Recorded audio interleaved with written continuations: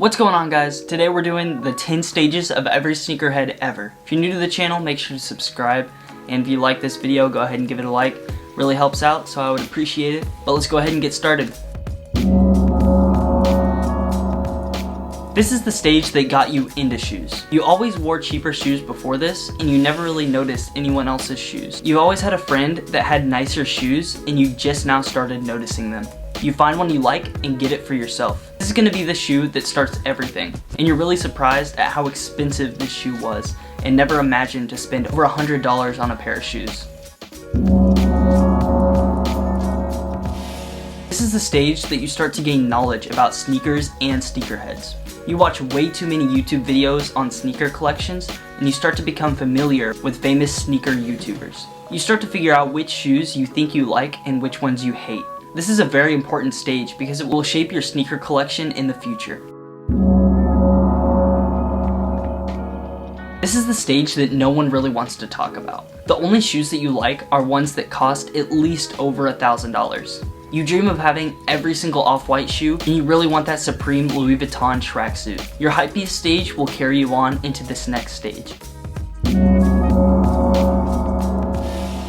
You quickly realize how expensive it would be to build your dream shoe collection. You try to find a way to get the cheapest shoes possible, but you run into some fake shoe sites. You quickly order some and try and convince yourself that this is way better than buying the real pair. After you realize that fake shoes hold absolutely no value after you buy them off the site, you start to search for that one pair of shoes that you want to get from StockX or GOAT. This will ultimately launch your sneaker collection into the direction that you want it to. This stage can easily repeat itself once you're a seasoned collector, but building your first collection is really important, and you will most likely sell all of these in the future. You will start to learn what you like and what you don't like after wearing multiple pairs of shoes. You start buying different types of shoes with tons of different colors. You want to try as much as possible in this time, and you start to pick your favorites. At this stage, you would no doubt refer to yourself as a sneakerhead, like an actual sneakerhead. You hop on some hype trains, but you mainly try to stick to what you like. You start hating Yeezy 350 V2s, and the only Yeezys you like are Yeezy 700s. And you understandably hate fake shoes now. I'm pretty sure every single high school is in this stage right now.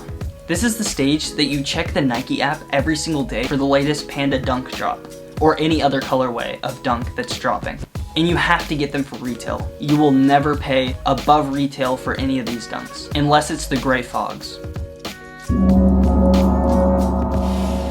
This stage is confusing. You still love sneakers, but now you have a love to just go out in some Crocs. You start not caring about what shoes you're wearing or what other people are wearing. You love how easy it is to slip on Crocs or slides. This is no doubt one of the best stages.